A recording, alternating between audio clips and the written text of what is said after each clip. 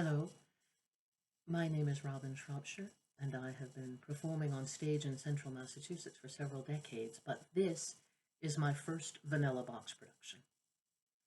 I guess my favorite role to date would be Martha in Who's Afraid of Virginia Woolf. That was truly a bucket list role for me.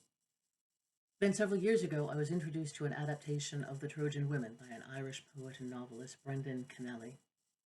The role of Hecuba has since then enthralled me, and so I guess that role, in that version of The Trojan Women, is near the top of my bucket list, along with Lola from Comeback Little Sheba.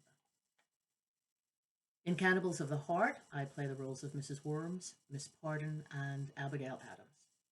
Miss Pardon is the landlady of an established and respectable lodging house. She is unmarried, repressed, and lives vicariously through others. She's a great listener, and as a result, people confide in her.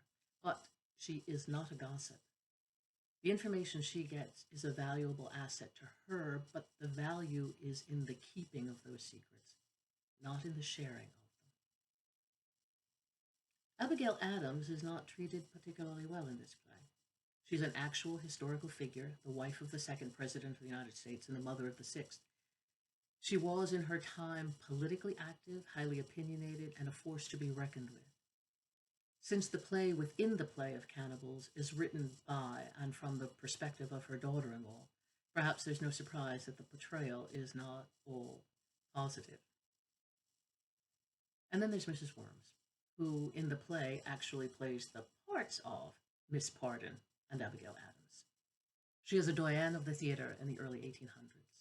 She has had remarkable success on the stage, but has known real tragedy in her personal life. She has a very close relationship with Philo Taptoe, who is the other older actor in the National Theatre Company. She and Philo are best buds and confidants. The relationship between the two of them is deep and sustaining and completely platonic. I think that Sarah and Philo are capable of completing each other's sentences, and as the playwright further refines and edits this play, I hope he will find opportunities for them to do just that in their scenes together. Finally, I've been asked where I draw inspiration for scenes, particularly and specifically the death of my son. It is a legitimate question and deserves an answer, but I never discuss what my inspiration or motivation is for any role until after the show has closed. If you feel the way in which Mrs. Wurms deals with the death of her son is truthful and honest, what does it matter how I, the actor, got there? And if you feel the way in which Mrs. Wurms deals with the death of her son isn't truthful or honest, well, what does it matter how I, the actor, got there?